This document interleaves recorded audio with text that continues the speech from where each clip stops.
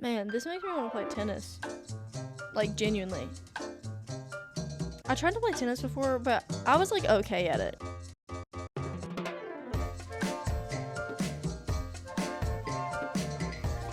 This is gonna be so good. Welcome back, or welcome to the Pickle Jar. This is What's the Dill? I'm your host, Mackenzie Pickle.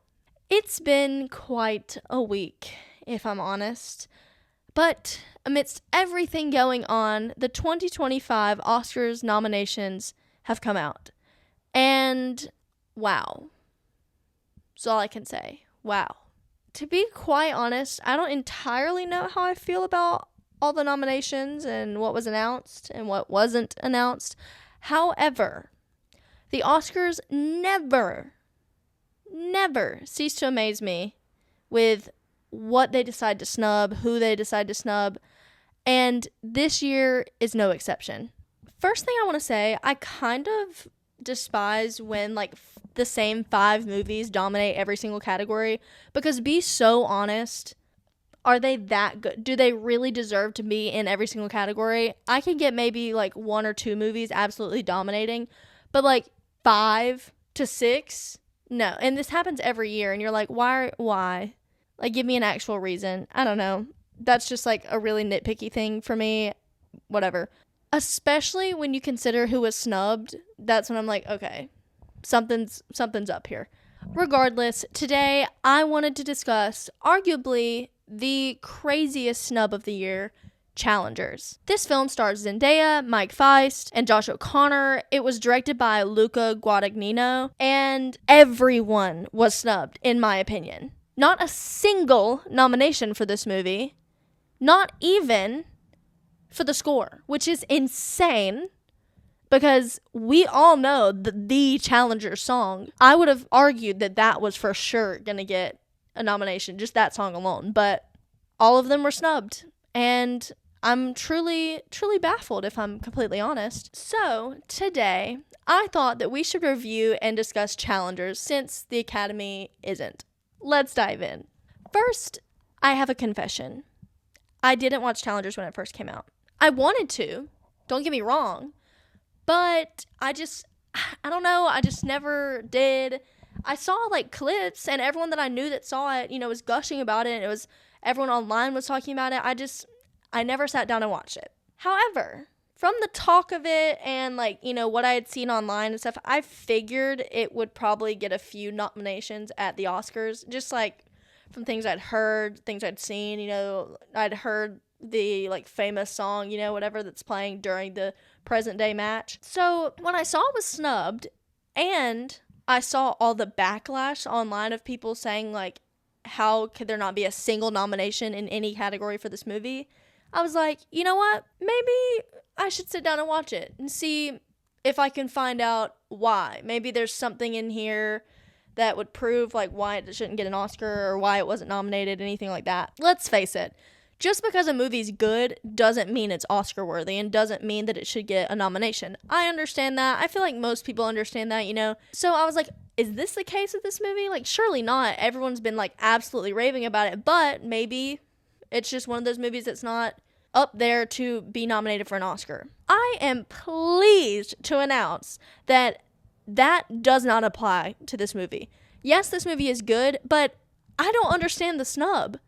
At least one nomination, because this movie was insane.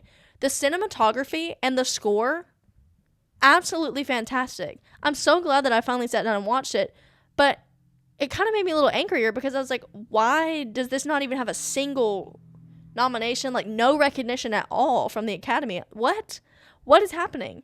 And they've also been nominated for many awards in multiple different award shows, and I believe took home the Golden Globe for either best score or best original song or something like that pertaining to the soundtrack and the score. So I don't really get it, if I'm being completely honest. In the words of Tashi Duncan, come on! This film has it all, it's intense, it's funny, and it has heart and passion, and it's competitive, and it's really complicated too. The relationships between the characters are complex and complicated. Dude, I cannot get over the cinematography. absolutely beautiful.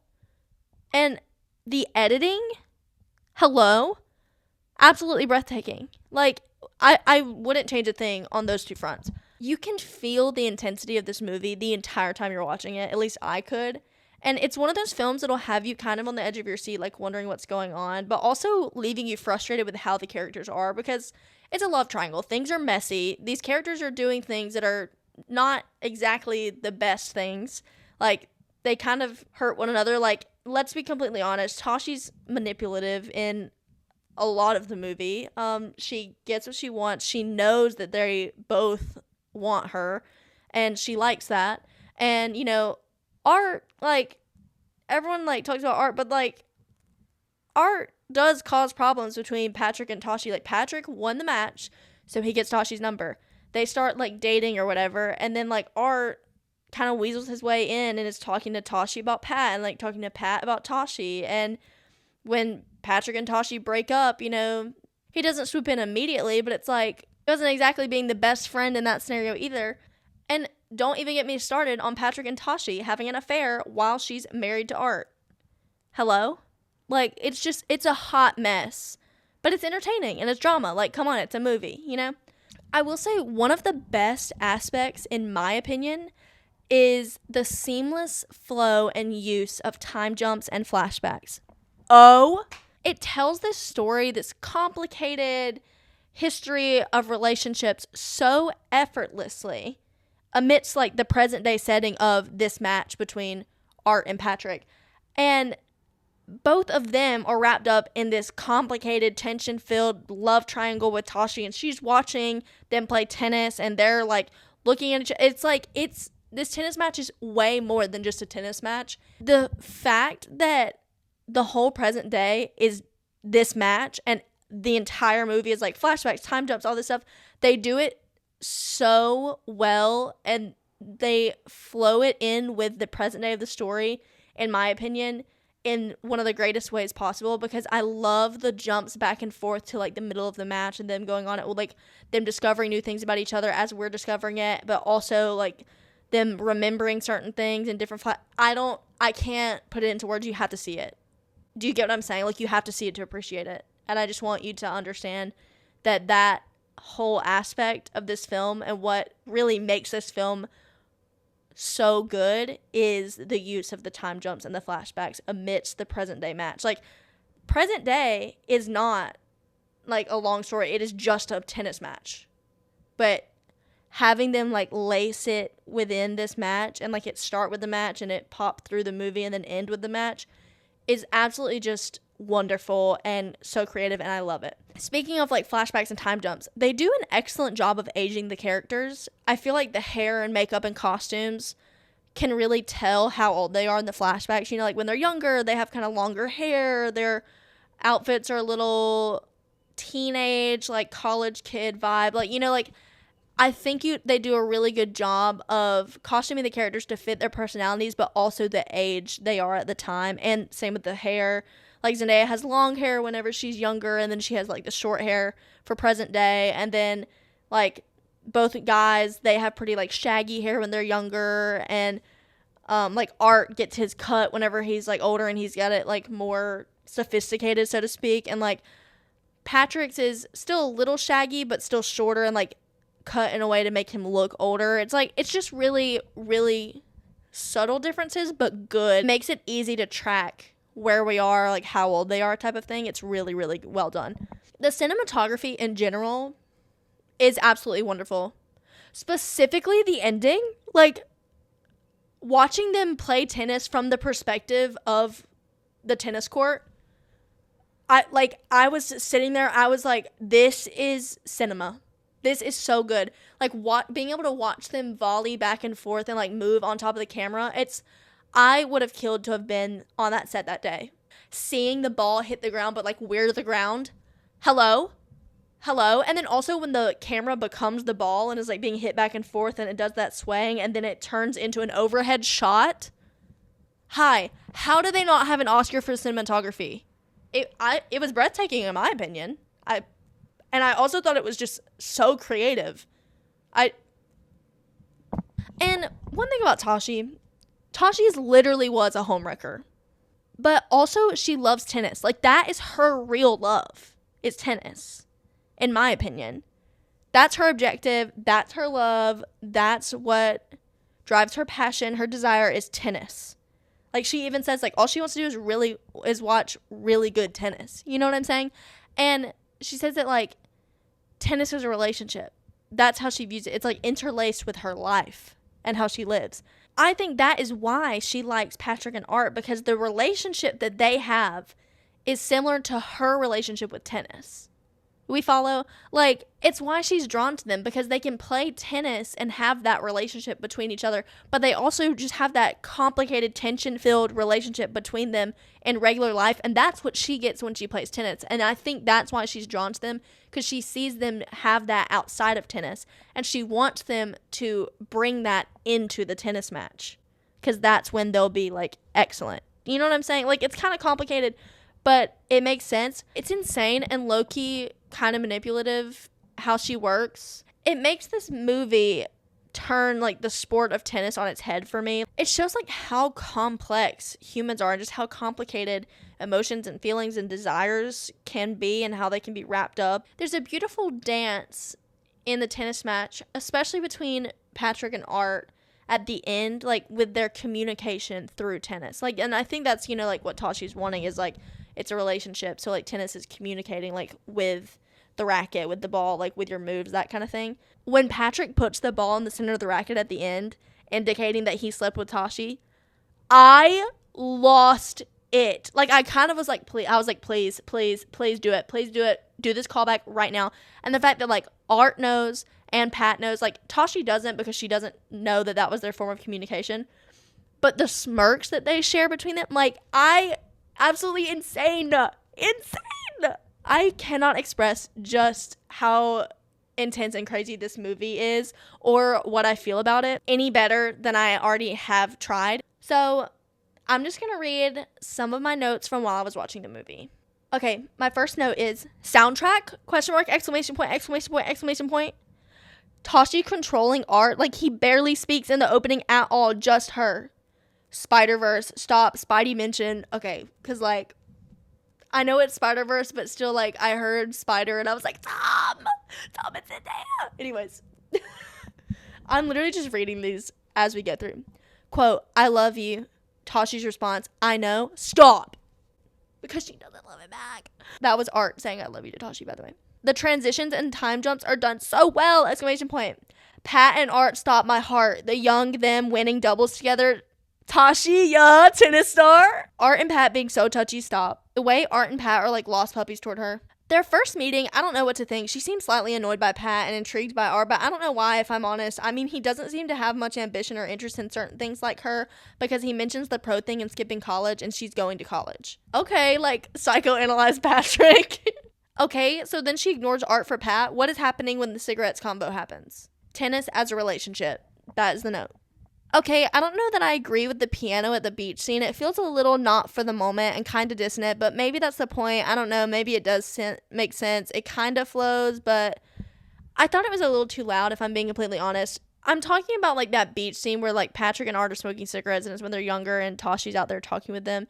There's, like, the background music, it's, like, piano, and it's kind of, like, weird, but it's loud. And I personally was just kept being taken out of the scene. I felt like, I don't know, that's the only part of the movie that I'm like, because I just felt like it didn't make sense to me. Maybe I just don't see the vision, I don't know, but I didn't really like that little section in the score, and for that scene specifically. Like, I think the music was beautiful, but I didn't understand why it was in that scene, and I thought it took me way out of it, because I just couldn't make sense of it, if that makes sense. That's the only time that the score didn't make much sense to me, because if I'm being so honest, like, the song playing during the present day tennis match, we all know what it is.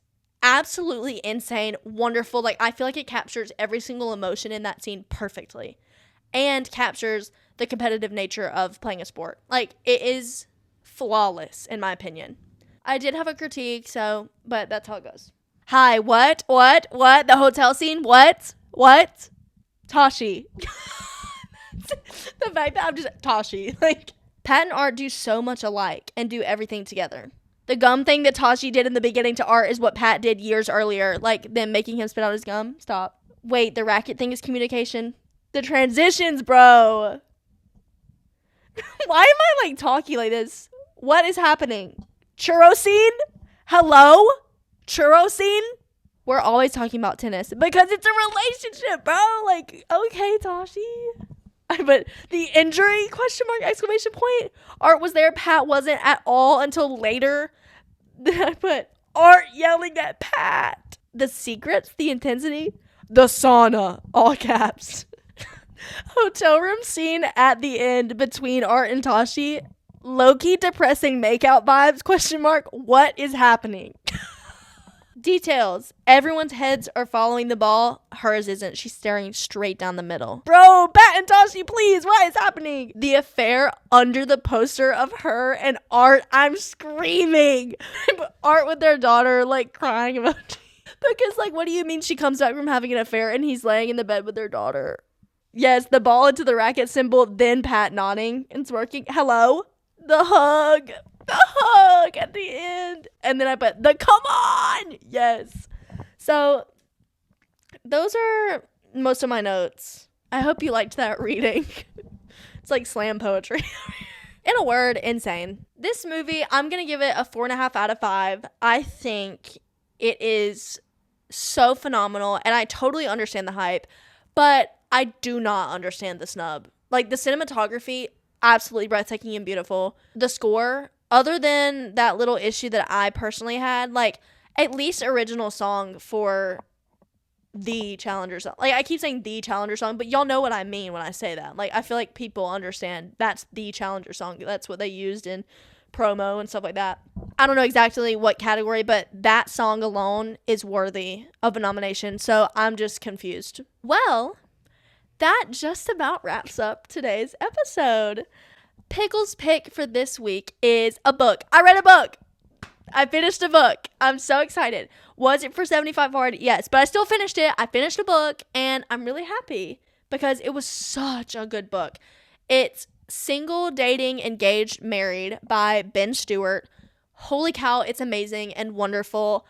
I think everyone should read it, but I especially think that anyone who is a Christian needs to read it. Like, you have to read it. It talks about, like, all 4 of those stages, you know, being single, dating, engaged, married, all of those different stages, and aligns them with scripture and, like, what the Bible says about how we are to approach those times, look at those times, understand them, and act and everything. And it's so enlightening, and it has just such good information.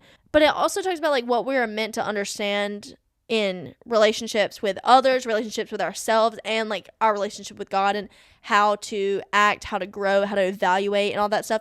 It is just, it's phenomenal. Absolutely so good. Go check it out. Read it. It is wonderful. That's all I have for you today. Thank you so much for tuning in. I'm really glad that we got to spend some time together. I look forward to seeing you again next week, however you decide to tune in to What's the Dill. Make sure that you give this podcast a like, comment on it, subscribe to the YouTube, download and review on whatever podcast platform you like to view this on. And last but not least, share with your family, share with your friends, share with strangers that you see. You know, like, spread the word. I would greatly, greatly appreciate it. Anyways, thank you so much for supporting the show. I love you so much. Bye!